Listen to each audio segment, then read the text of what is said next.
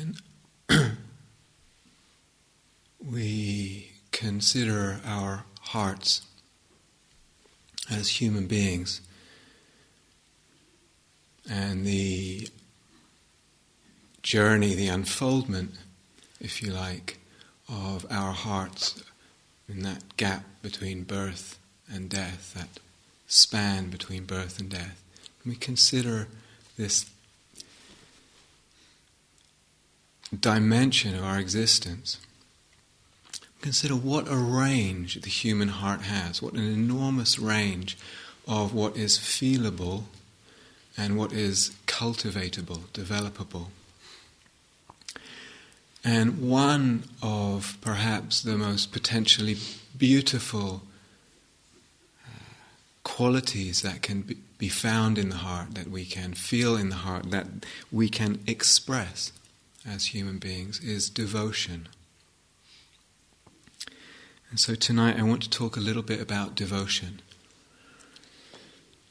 It's interesting, our tradition, the insight meditation tradition, we don't, it seems as if there's not much going on in the devotional sort of realm in our tradition. And it's not something we talk about that much. But it comes up for people, and regularly people talk about it, usually one-on-one, or ask about it in interviews. And so I want to address it a little bit. And the first thing to say is how many different ways of devotion there are, how many different expressions and manifestation of devotion. Some are very obvious, and some are not very obvious at all. So for some people, it's clear to them that devotion is a very central aspect of their spiritual journey, of their spiritual path. And for others, doesn't seem so at all, doesn't seem particularly present or even relevant. I want to try tonight to explore it in a way that includes everybody, and in a way speak to everyone and all those different manifestations of devotion, all those different relationships with the quality of devotion. I feel that devotion is actually important for everybody. It's actually an important quality for everybody. Vitally important quality for everybody, but the forms and the form it takes will differ, will not be constant. There are different manifestations, and I want to kind of go into that a little bit. So where to start? I'm not sure. For some people, and certainly some of you, and some people in this tradition or other traditions, there can be at times, either because of different practices that one's giving oneself to and engaging in, or through hearing teachings or reading or listening, hearing the Dharma, or maybe through a process of healing one's wounded heart, or maybe through nature, through music, just through the sensitivity, the receptivity to the touch of life. Some other sense of things becomes palpable, feelable, manifest to the consciousness, to the heart. Could be at times little glimmers of something, little glimpses of something, could be more continuous. But somehow, in the unfoldment of things, the heart is touched. The heart is touched. And that touching of the heart can then flower in different ways. And one of the possibilities is a sense of sacredness. And that can be quite a common factor in devotion, a sense of sacredness. Somehow the heart feels touched by life, by something, and a sense of the sacred. And then that sense of sacredness, again, can manifest, can show itself, express itself in different ways. So it can be, at times, praise, a wanting to praise the sacredness, or praise life, or praise something else. can be a sense of awe. The heart is wonder-struck. Can be just an acknowledgement of how deeply, how preciously we honor and cherish something. Could be a sense of wanting to offer oneself or give oneself, surrender oneself to something. And can have a lot of different emotional qualities, what goes on. So it could be joyful, it could be tinged with a kind of bittersweet longing. Sometimes that there's a yearning there. It could be completely non-emotional. So just in what I've said so far, and if I don't relate to any of that, still want to go into, still devotion can be there very strongly, but it's not emotional. Or it might express in an emotion that that kind of defies categorization or labels. It might feel like you remember this feeling or this sense as long as you can remember from your childhood. Or it may feel, for some people, it comes in the most unexpected way. I've never felt anything like that before, never had any sense like that before. Doesn't even seem to fit one's self-view and self-image. And this quality, whether it's strong or weak or whatever, can have a life of its own. Often it does have a life of its own. So, and I'm just starting somewhere, so I hope this is okay. For some people, at times, the object, so to speak, of devotion is clear. It's clear what the devotion is towards, what that sense is towards. And it could be the divine, in some aspect. It could be something like love, a devotion to love. It could be Kuan Yin, the bodhisattva of compassion. It could be Jesus. The object is clear. And sometimes even Jesus and a person who's been Buddhist for ages says, I'm not supposed to do that. It doesn't fit necessarily. Other times, this sense arises and the object is not quite so clear.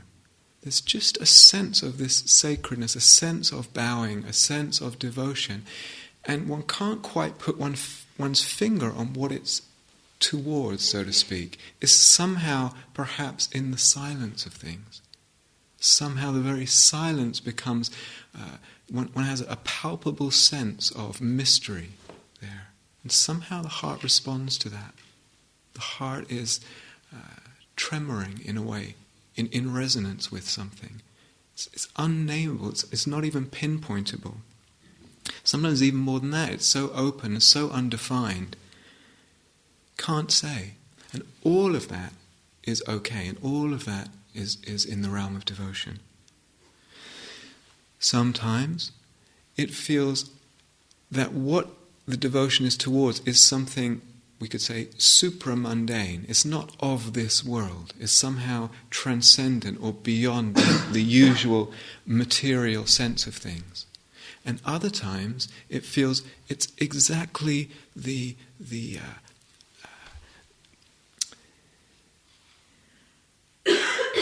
exactly the earthy isness of things, the particular uniqueness of the simplest everyday things, water being poured from a jar into a cup.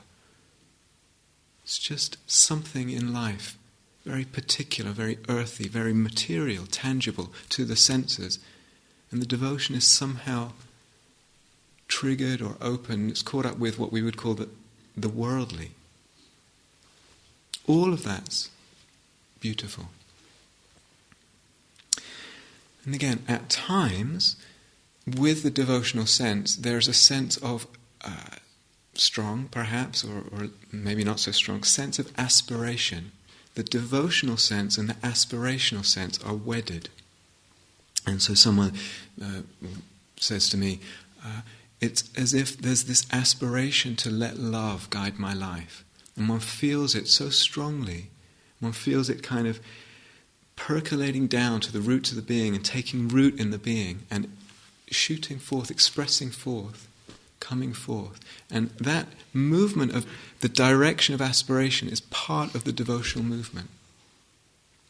Whether it has an object, whether it doesn't have an object.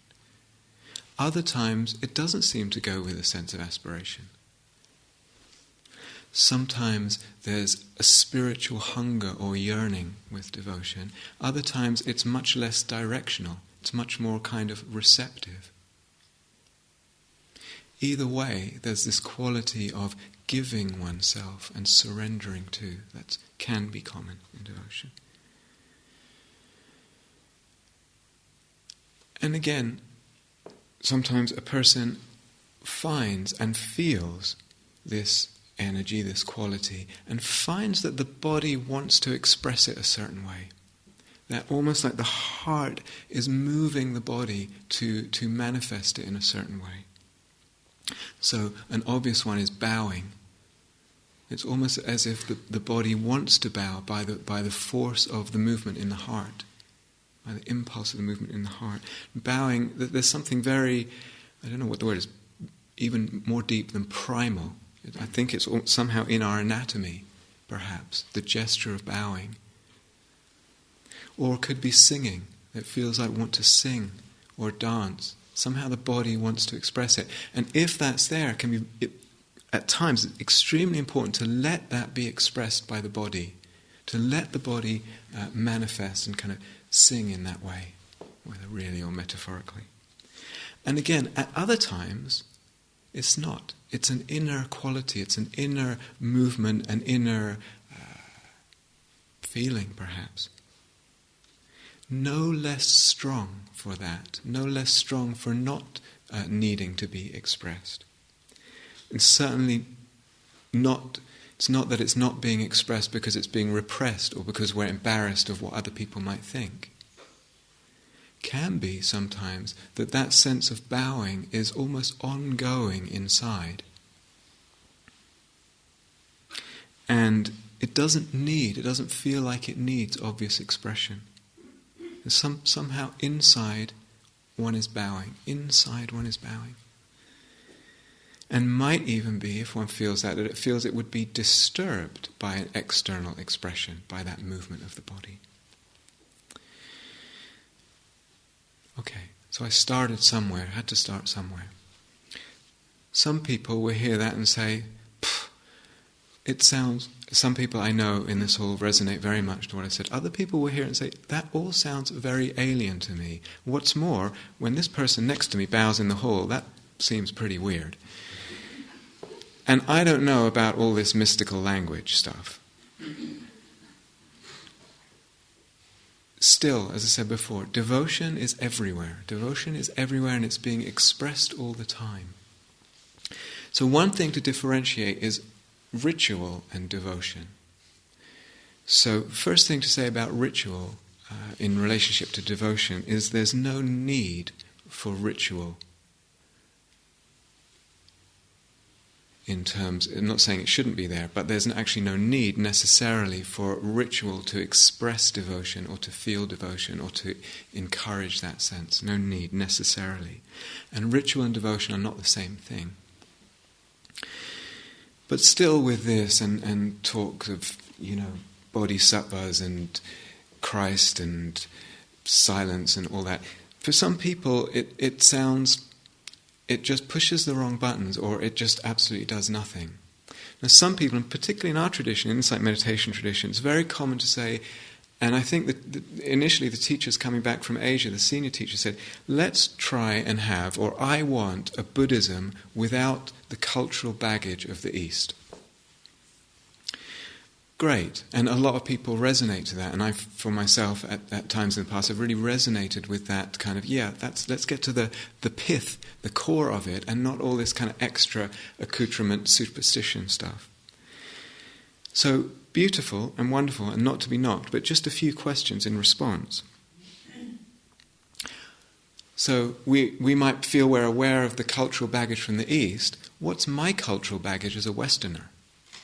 Am I aware of what I might be bringing culturally to the Dharma, to Buddhism, to spiritual practice?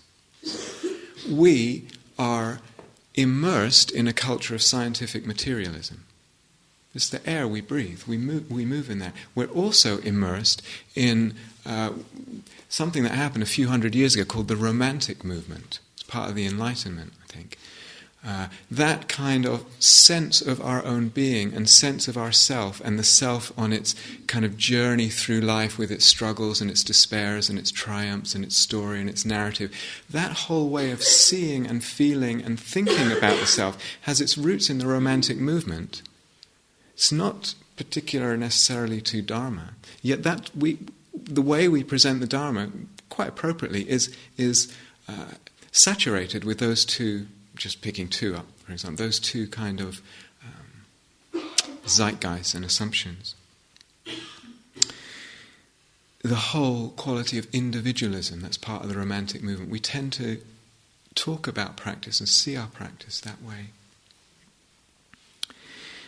If sometimes, and it is still and was in the past very attractive to me, it's like this sense of what happens if I don't believe anything and I just pay attention, I'm just mindful and I'm just aware in a simple and raw and bare way as possible. And I want an awareness without preconceptions. And it's beautiful, and the heart can actually be devoted to that and moved by that. But going back to the talk on emptiness, is there even such a thing? Does it even exist, an awareness without preconceptions? So, just very briefly about ritual. One sometimes feels that ritual has to be prescribed. It's like we get told what to do, but actually it can be very freestyle. A person can find their own expression of ritual or change it. It doesn't need to be the same. It's like following an inner impulse. The form may be there, the devotion may not be there. The form may not be there, and the devotion may be there. When we look more carefully at the life and the society we find ourselves in, like in any society, we actually live in a world of ritual. We live in a world of ritual and customs and symbols. I mean, just something like shaking hands. We live in that world anyway. We live in a world of symbols that we are imbuing with meaning. And there's not a problem with that, but we need to recognize it. So we've just had, a week ago now, we've had Christmas. And lots of rituals around Christmas. But what does it mean for us? What did it originally mean, and what has it come to mean, Christmas? What are we making it mean? Christmas is originally, of course, it's the birthday of Jesus. It's the birthday of the Christ. Sometimes now that means nothing to many people, of course, in England anymore. And it's become something else. It's become something about family and friendship. Beautiful. And maybe giving and receiving. Beautiful. But easily it can have become something else. Become something about pressure and a need to go shopping, etc. And that's originally the birth of the Christ child into the world. What is that? What is that? There's some inexplicable mercy born into the world, some infinite gentleness. In the story and the myth, and we can look at it one way or another. In the manger, the Silent Night, that song, Silent Night, what's it saying? Some infinite tenderness has come into the world.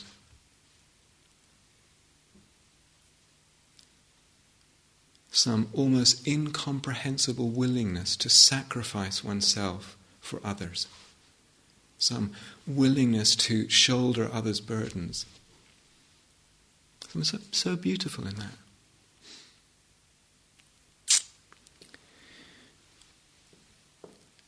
And of course, in the diversity of what devotion means to different people, I don't know how many people are in here tonight, 75 or whatever it is. It means different things, as I said at the beginning. For some people, what makes much more sense than everything I've said so far is a sense of devotion to one's potential as a human being, to one's spiritual potential as a human being, and devotion to that potential in others. So one of the meanings of Buddha nature is exactly that. When Buddhists bow to each other, and I bow at the end of a talk, and we bow to each other sometimes at the end of sittings, it's like bowing to that sacred kind of empty space in us, which is our potential. And I bow because I recognize your potential, the infinite capacity of your potential. And recognizing that, being devoted to that in myself and devoted to that in another. And seeing that equally in everybody. That no one is void of that potential. So it may express in bowing. That also can translate, of course, if there's a devotion to potential, it can translate into devotion then to the elements of practice and the factors of practice. So devotion to generosity, a devotion to ethical care and how we are with each other. Devotion to samadhi and the depths of consciousness that are available. Devotion to wisdom and the spirit of questioning. You can actually feel like we're devoted, we are devoted. It expresses through our dedication in practice. We're devoted to those qualities. And the whole other list of qualities, paramis, that the Buddha talked about, a whole list of qualities that are developable, cultivatable, that take us to our fullest potential. And for some people, it's a devotion to our capacity to pay attention, devotion to awareness, to mindfulness.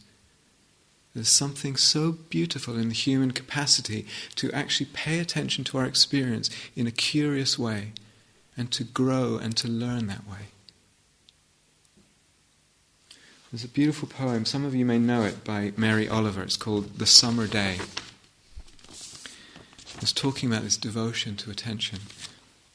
It said, "Who made the world? Who made the swan and the black bear? Who made the grasshopper? This grasshopper, I mean. The one who has flung herself out of the grass. The one who is eating sugar out of my hand. Who is moving her jaws back and forth instead of up and down. Who is gazing around with her enormous and complicated eyes. Now she lifts her pale forearms and thoroughly washes her face. Now she snaps her wings open and floats away. I don't know exactly what a prayer is. I do know how to pay attention, how to fall down into the grass, how to kneel down in the grass, how to be idle and blessed, how to stroll through the fields, which is what I have been doing all day. Tell me, what else should I have done?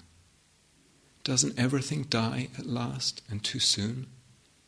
Tell me, what is it you plan to do with your one wild and precious life?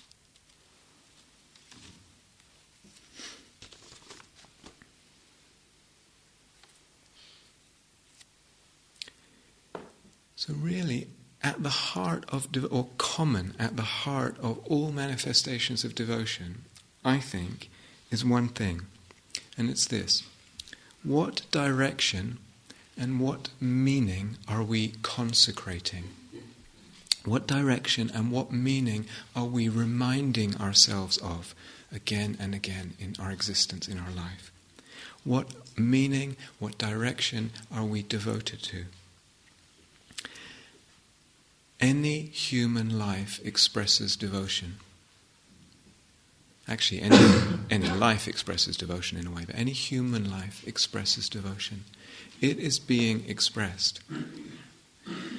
Everybody is devoted to something or some things. So it's there. The question is, what am I bowing to? What am I serving? It may be visible, it may be invisible. It may be conscious to myself, it may be unconscious. But it has to do with alignment, our deepest alignment of our being. What are we aligning with? And it has to do with aligning with our deepest truth and with our deepest longings and our deepest aspirations. That right there is at the core, I feel, of devotion. So partly to do with giving one's best, living in that alignment. So maybe, actually, anything, I don't know, I'm wondering this, maybe anything can become, in that way, an act of devotion. Just by the heart's relationship with it and the way that the heart is seeing it. Maybe anything can. Some of you might know, a few weeks ago, where are we now? Yeah, a couple of weeks ago, a group of us went to Copenhagen, a group of Dharma practitioners went to Copenhagen while they were having the climate talks there. And after we got by, just before we dispersed, we're just checking in with some people, and some people said to me, you know what, it felt like a pilgrimage. And I, for myself, also felt that the whole trip there, we were there for about the whole journey was like 3 days. It felt, the core feeling of it was very prayerful, like it was certainly a pilgrimage and a kind of prayer, a movement of prayer. And I realized something, that when we had cobbled together this email, which we'd put out there, and I was one of the person who sort of cobbled together this email, and I said what we were trying to do, and I said something, I can't remember, something like, we're going to be part of, obviously the demonstrations that are trying to persuade or request world leaders to, take enough measures regarding climate change, with the knowledge that it probably wouldn't make, that much influence or difference. And of course that was part of what we were doing, but I actually realized that something before I went was there for me too, which I didn't express in that email.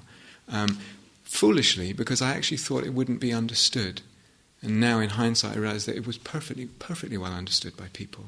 And that was that actually it was a prayerful movement. It was a desire to voice something and be the voice of something independent of the result that came. To express something, to sing something, independent of the result, to stand in alignment with something that one really, really, really cared about. Again, no matter what the outcome was. And actually it was even more than that. It was also a desire to be present, to actually be present at a time, what felt to my perception, to my mind and my heart, to be present at a time in history that feels extremely pivotal, and to be there at this moment of common human history, either way, whether we choose this or whether we choose this, to be there and to be present, and to bear witness somehow. And all of this felt like part of the prayerfulness of it, to bear witness to humanity, to all of us at a crossroads. That's what it felt like to me. And even more than that, being there and meeting with people and hearing lectures and workshops, etc. And it included the prayerfulness of, for me, felt like it included the opening to all the pain of what I heard there about what was going on in the world and the way different political and economic and financial mechanisms were holding the whole thing in place. Opening to that pain, opening to the massive amount of confusion and complexity of it, just opening, bearing witness, letting it come in. Opening also to the togetherness of it, the togetherness of the humanity and the celebration of humanity and the appreciation of humanity. And all that, for me, was actually the primary reason, certainly that I was going, that I wanted to put that out there. And somehow I didn't say that. That's okay, there's not a problem, but I feel like I wanted to say that now as what devotion can mean. It's like any act can become devotional. We have two words in English, devotion and dedication. We talk about, saying before, dedication to practice is an expression of devotion. We talk about dedication to practice, dedication to kindness, dedication to awareness, to generosity, dedication to awakening. That's all an expression of devotion. There's also, some of you will be familiar in some traditions of dedicating one's merit. And that's a funny word. It's like you've got a bank account of sort of brownie points or something and you're giving them away. It's actually dedicating one's positive energy that one develops through practice. And dedicating that not just for me, but for others, for all beings. So our practice becomes something that we wish to give the positivity to others.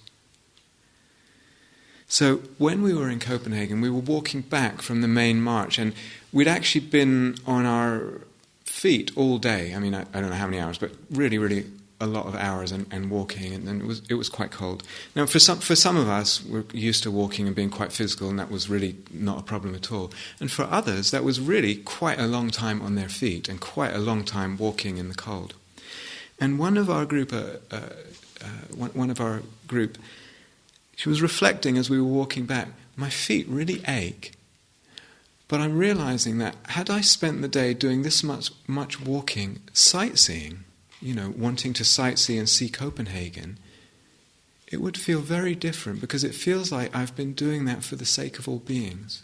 And the actual feeling feels different. The actual sense of the whole experience feels different. One's dedicated it.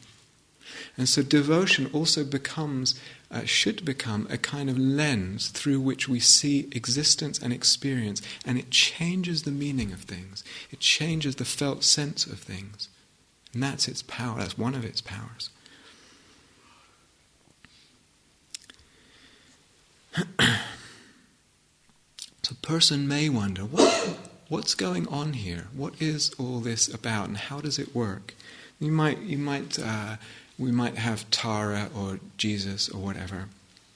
So why would one be devotional to that? What's going on there? And it's important to us. It's important to inquire into this. Can be that this Avalokiteshvara or Kuan Yin is an embodiment of certain qualities. So it's an embodiment of love, of mercy, of compassion, and one's somehow associating the heart with those qualities through a certain form. One's drawing close to certain qualities and imbibing certain qualities through that association, even if it's imagined. There's also something about humility. Somehow the devotional sense is like looking upwards at a sense of more fulfilled potential from where we might be. So it constantly keeps us looking upward with humility. But a person might wonder, well, why externalize it so much? And these are good questions, and I certainly don't want to persuade anyone in terms of forms or ways it needs to manifest. What happens if I just stay true to my own sense of this in myself? My own sense to what feels authentic in terms of the devotional movement. So it might be that it makes sense to me, it makes sense to my heart to bow to another. I can see that, and I'm like maybe that. Or maybe there is the sense of some kind of unnameable, perhaps, sacredness in nature. What if I just stayed true to that and not worried about putting anything else on? Maybe, I'm not saying it will, but maybe the heart begins to go on a journey with that sense of devotion and with what feels meaningful and real for us. The heart goes on a journey, and maybe, and it doesn't need to, but maybe along that journey it begins to encompass more and more and more and more of what might have been kind of alien concepts at first. It just begins to expand and include that. So often for people, what comes in is a question of belief. Or is devotion and belief the same thing? Sometimes people again equate devotion and belief. So that's an interesting one. I'm not sure. Are they necessarily a part of each other? So a while ago I was talking to someone, and she didn't like that. It seemed to her that devotion implied belief, and coming from a Catholic background and not necessarily always easy Catholic background, she was very suspicious of this and felt inside herself a kind of split. This is in her relationship to coming across aspects of Buddhist devotion in Zen and other retreats. And felt this split, and we were talking about it, and she said, I can feel good in terms of belief, in terms of a sort of rational, experience-based belief. Like I can see that if I practice mindfulness, then this grows. And that I feel comfortable with that. And so okay, go with that. You don't need anything more. Go with that. That's your investment in belief. Great, beautiful. But it wasn't quite the end of the story for her, because she said, and I also feel a sadness, because there's a kind of polarity inside, I feel. And it feels like I really feel I can ground and value the rational, but my heart feels also drawn at the very same time to something irrational, or something that I'm calling irrational. And that's okay. That's really okay. So sometimes we encounter in some Buddhist tradition or other tradition or some other teaching or something, we encounter something that the intellectual mind rejects, doesn't want anything to do with, and yet the heart feels drawn. And that incongruity can feel uncomfortable. But it may be for some people, strangely enough, in the whole mystery of how this all works, it may be that particular form that we feel mysteriously drawn to, even though the mind doesn't like it, that particular representation, maybe it's the crucifixion of Christ, maybe it's the idea of a whole pantheon of bodhisattvas sort of beaming compassion at you. Maybe at that time that might be the only way for a certain heart opening to happen, even though the mind doesn't like it. Might I trust that? Might I trust that movement? Might I trust that calling? I'm not saying we should or shouldn't, I'm just raising it. Maybe I need to recast something in different language, I don't know. But a person, often with all this territory and feeling drawn and then beginning to question their sense of devotion, say, well, what's actually real here? Is there really a thing or a being called Avalokiteshvara or Tara or the cosmic Christ or Padmasambhava or some other bodhisattva? Is there really that? And this is an important question. What is real? And it relates actually to what we were talking about the other night with emptiness, of course. But given what we said with emptiness, it's actually that maybe whatever answer we come up with in terms of reality actually just has to be provisional for now. Just provisional. That the nature of truth is perhaps not quite so cut and dry as this is true and this isn't. This is so-called real and this isn't. Maybe that's not the nature of reality. We have to go with a provisional truth, provisional conceptual framework. What matters here? What matters? I feel that what matters is this practice of devotion or this sense of devotion supporting a stretching of the heart, supporting an opening of the heart and an expanding of the heart into compassion, into service, into devotion to goodness, into a draining away of fear in our life. Is the devotion and the practice and whatever system one has of that, is it supporting that? That's the important question. Is it bringing more lightness into the being, more opening, more dedication? What's coming from it? That's what's important. What's coming from it? So it's not, if that's the case, if it is stretching the heart, it's not that this kind of belief in bodhisattvas or someone up there caring for us or whatever it is, it's not that becomes then an easy feel-good option. It's actually quite the opposite. There was an interviewer who interviewed Mother Teresa once, and they were talking. At one point he says something like, "Oh well, obviously, you're not married or something like that because you're taking a vow of celibacy." and not sure what point he was trying to make, but he said, "You're not married." And she just interrupted him, and she waved her hand in front of him. She showed him her ring, which signifies the nun's marriage to Jesus, to Christ. And she waved that and says, "Yes, I am." And then she said, "And he can be very difficult at times."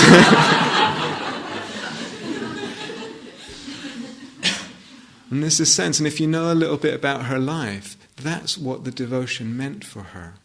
It was always stretching this already enormous capacity for compassion, for giving and for service and for surrender. It was stretching it.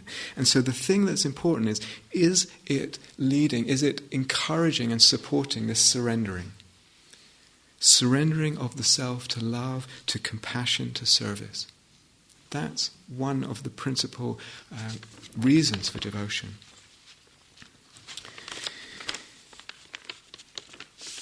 And that can go really, really, really, really deep. So Jesus, Avalokiteshvara, whatever it is, can be the embodiment of something which is, so to speak, asking us or supporting us or moving us towards this surrender. There's an old spiritual song that I was listening to just a few days ago, and it says, "Give me Jesus, give me Jesus, give me Jesus. You can have all the world, but give me Jesus." And beautiful melody. But what's going on there is all deep Dharma turns everything upside down. Turns everything upside down, our sense of priorities, our sense of what's important, our sense of what's true. And that movement, you can have all the world, but give me Jesus. What does that mean? Give me that mercy, give me that love. I want that in my heart. I want that to express through me. Give me that and you can have all the world. Turning everything upside down. And so this movement and this movement towards surrender and this movement of heart opening, it has everything to do with our deep, as I said before, our deep desire and our deep longing. And that's an interesting one, because sometimes we're a little bit standoffish in relationship to our really deep desire in life, our really deep longings. We're not quite sure about opening to that level of that strength and that depth of desire in our life. A little bit unsure what it might mean for us, or even just the force of the feeling, or whatever. And, I'm using the word longing, but again, it can be mixed with praise, it can be different qualities. So sometimes, in one of the expressions of devotion, please keep in mind this whole buff, so not everyone's going to relate to everything I'm saying, and that's fine. Sometimes that longing is really strong, and it seems to be the strongest thing in the devotional sense. And so what exactly am I longing for? And sometimes it's not even clear, what am I longing for? What is this longing? And you know what? Sometimes the longing is for longing. The longing is for longing. I long to long. So there's a sweetness in our spiritual hunger. In that depth of desire, it has a sweetness, it has a beauty to it. And we need to, if it's there, or to the degree that we feel it's there, we need to nurture that. It's a flame inside of us, and we need to guard that flame and take care of it. So we could say, and again it depends what language one likes or resonates with, we could say the longing is from the divine. It's a gift from the divine. You could say the longing is a gift from Buddha nature, if you prefer. From that capacity in us that wants to realize, that wants to awaken, that potential in us. The longing is a gift from that. The longing is the voice of that. The longing is that. It is the divine within. It is the Buddha nature within expressing itself through longing. Here's a poem by Rumi. It's called Love Dogs. One night, a man was crying, Allah, Allah. His lips grew sweet with the praising, until a cynic said, So, I have heard you calling out, But have you ever gotten any response? The man had no answer for that. He quit praying and fell into a confused sleep. He dreamed he saw Kidir, the guide of souls, in a thick green foliage. Why did you stop praising? Because I've never heard anything back. This longing you express is the return message. The grief you cry out from draws you towards union. Your pure sadness that wants to help is the secret cup. Listen to the moan of a dog for its master. That whining is the connection. There are love dogs no one knows the names of. Give your life to be one of them. We can feel this flame in us at times, to some degree or other at times. And like any other quality that's important on the spiritual path, the Buddha talks about feeding and starving, these two metaphors. How can we feed what's nourishing to us, what's important to us, and starve what isn't? So he talks about in terms of hindrances and factors of awakening, etc. Feeding and starving. And this is something we need to explore. And perhaps each person for themselves needs to discover and find out what feeds this flame in me, what feeds my flame of desire. So it might be for some people the ritual, the shrine, that's very important. For others it's time in nature. For some people it's solitude, enough solitude. For others it's community. Maybe certain practices give rise to that devotional sense, that flame. And some things are going to starve it and extinguish it and blow it out and deprive it of air. And if one really, really cares about this flame, one has to inquire into what's the effect of TV and alcohol and eating too much and etc., etc. It's important because that flame is so precious. So there is that flame, there's that possibility. There's the possibility of the feeling of that and the emotion of that we feel in our being. But as much as we're interested in feeding and starving it, not to get too hung up with the intensity of the feeling. So people are different, and even for anyone, the feeling will come, get more and get less. Like anything else, it's impermanent, it changes, it fluctuates. So sometimes we feel an intense feeling, sometimes much less. And it can be that with the devotional sense being there for a person opening to it, over years it might mature. And hopefully it does mature. And it might be that in the maturing it actually mellows, so to speak. So there may be a period where it feels one's kind of on fire with this, and it's very much at the forefront of one's practice. And sometime later it's somehow quietly in the background, and then maybe it comes up again for a period. So the feeling is important, or the feeling can be important, but it's not the primary thing, like so much, and we say that when we talk about metta as well. What's more important, to rephrase something I said earlier, is the reality of our surrender.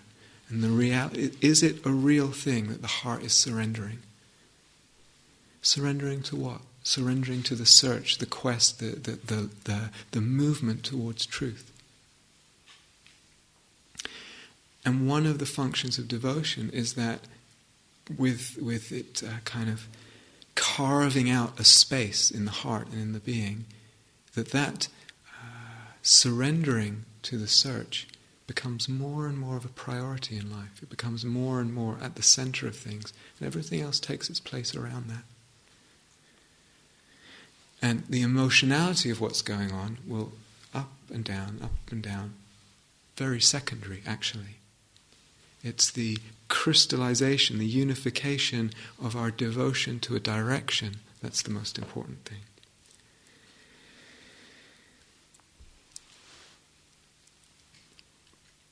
If you practice prayer at all, or you spend some time maybe talking and asking someone who does practice prayer or has practiced prayer for years, what becomes clear is there's a spectrum of prayer, if we talk about prayer, for instance. So at the sort of beginning, so to speak,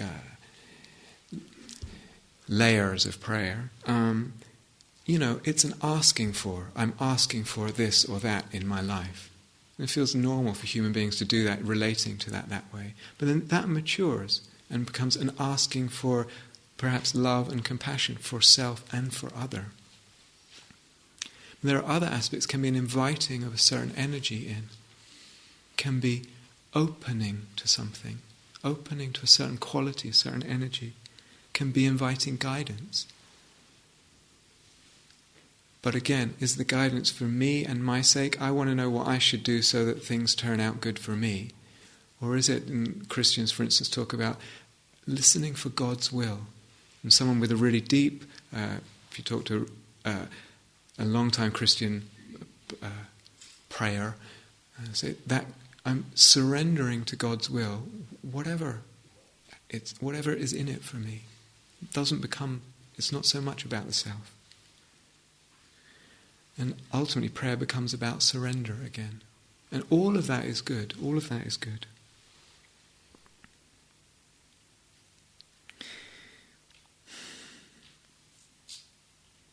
So what's important here as well is that it's really not just a heart feeling. It's not just about the feeling. And I know some people, so many people in the hall, and some people think, I don't relate to all this talk about emotionality and intensity of emotion. I just don't relate to it. Not a problem at all. And even if it is there, especially actually if it is there, we need also to bring our intelligence and our discernment and our integrity and our honesty into relationship with this. Which means, is all this intensity of emotion translating? Is it translating in my life to something? So a person may love bhajans, devotional songs, may love Rumi poetry, etc. But somehow it's not really translating. Somehow the heart is still me and my process, me and my spiritual practice, me and my psychological dilemmas, etc. It hasn't done something. And there's a real question in that. Is it really to bring the intelligence and the questioning in? So how can it translate more? How can it open me up to this wider love? So we need to check that. We need to check out, is it happening? And how can I encourage it to happen?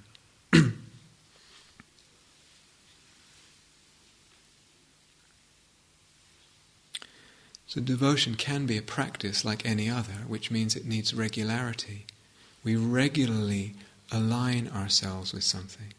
Sometimes you might be present at a beautiful ceremony or something, and it's like, lots of incense and this and that and lights and very beautiful. But it might just be a one-off thing. And one-off things, whether they're meditation experiences or whatever, don't tend to have the same depth of transformative power in the being as over and over aligning oneself with something as a practice.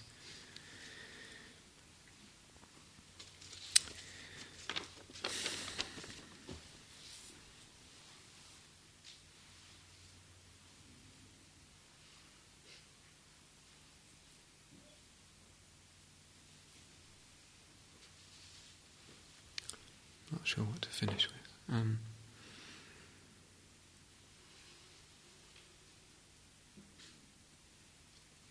What we want, in terms of what I was just saying, what we want is to translate what can feel like a very lofty emotion into, in the movement of the day and the busyness of the day, into a different way of relating to experiences and situations.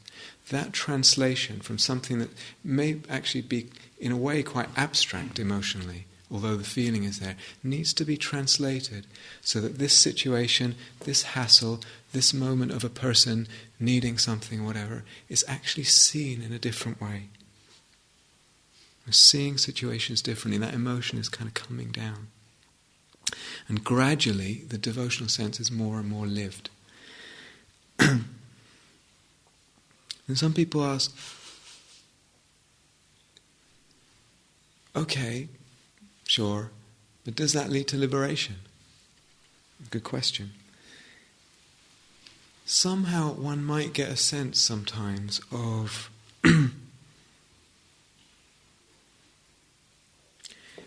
two things which seem separate, letting go of attachments, renunciation as Christina was talking about yesterday, letting go of attachments and devotion to something, we could say, more meaningful, more profound, more important.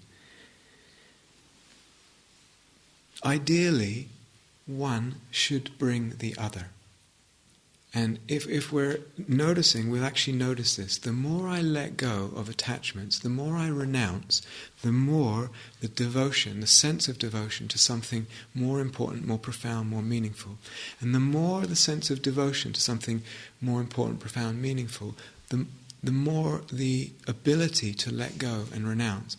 And actually it can almost seem like one movement. It's one roll of something. There's something very beautiful in that. Sometimes a person just doing insight meditation, and through different practices, whether it's the metta practice or concentration or mindfulness or letting go of the self, the sense of the self, the solidity of the self, I was talking the other day, the sense of me gets less. It's just I am there less and less solidly and less prominently. At first that takes getting used to. With time, one gets used to it and starts to pay attention to what's present when the self is more absent. What's more present when the self is more absent. And often, one of the things that's more present is bowing. A sense of bowing, of devotion. And again, it might not be to anything. It's just that something goes, something gets quiet, and something else comes into the being and fills that space and expresses through that space.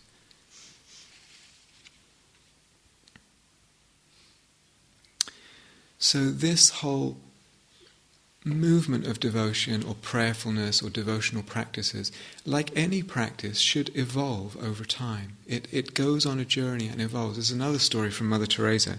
I don't know if it was the same interviewer who clearly was getting a hard time that day, but or another one. But anyway, this interviewer asked Mother Teresa, "What do you say to God when you pray?" And she says, "I don't say anything, I just listen." And so, So the interviewer asked, "What does God say to you then?" And she said, "He doesn't say anything either, he just listens too." And before he could ask another question, she said, "And if you don't understand that, I can't explain it to you." Something goes on a journey with this. What might feel outlandish and ridiculous and superstitious, the heart has a kind of innate spiritual intelligence to it, and it goes on this journey, and something transforms. In the Christian tradition, there's what's called the via negativa. Some of you may have heard of this. There's a via positive and the via negative. The via positive is all about kind of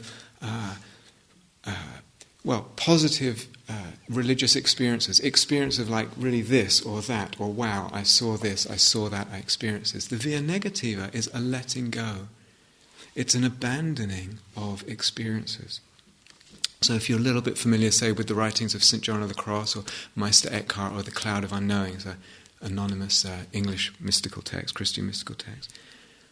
But somehow, in their language, the soul, the consciousness, moves into the silence of God. It's not about God appearing in all bright lights and see his crown and the big robe and everything. It's the silence of God.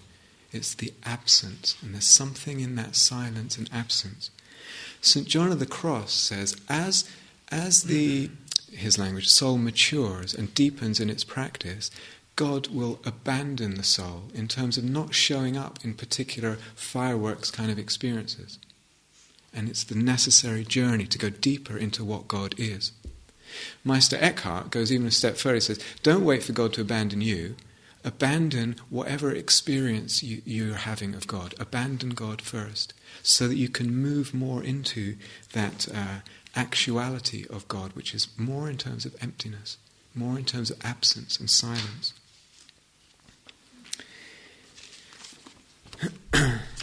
Simone Weil, philosopher.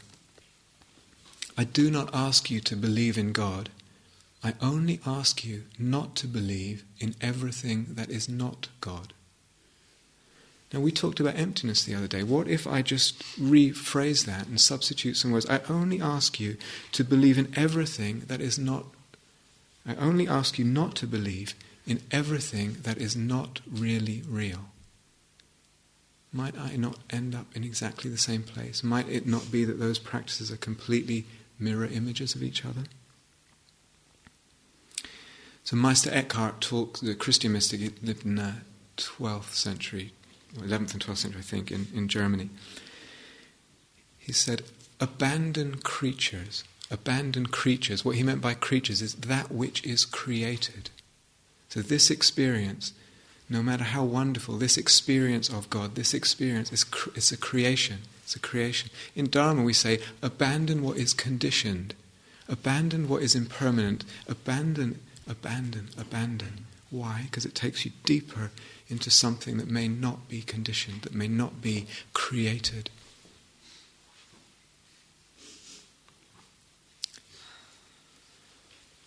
So it's wide, it's hugely wide, this whole area, it's enormously wide. There's capacity to hold all the personalities in here and all the inclinations and all the different kinds of relationship with emotionality and intellectuality. It's all there. It can all be held in the ways that devotion manifests and get expressed. And as I said, it's there anyway. Our devotion is expressing itself anyway. What's really important is that we care for that. We really care for the devotions that we want to get behind most deeply. Because all kinds of devotions express. The question is, am I getting behind, am I devoted to the devotions that I really care about? Am I caring for my devotion?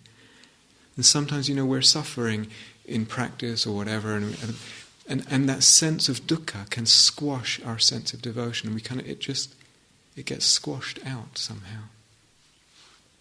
Let's finish with a poem by Rumi, and it's a very well-known one.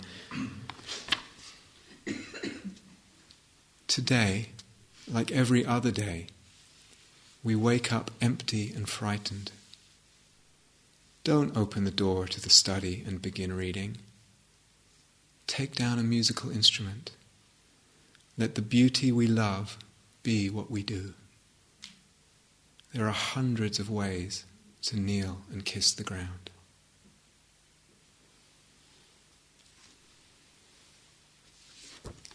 Shall we have a bit of quiet together?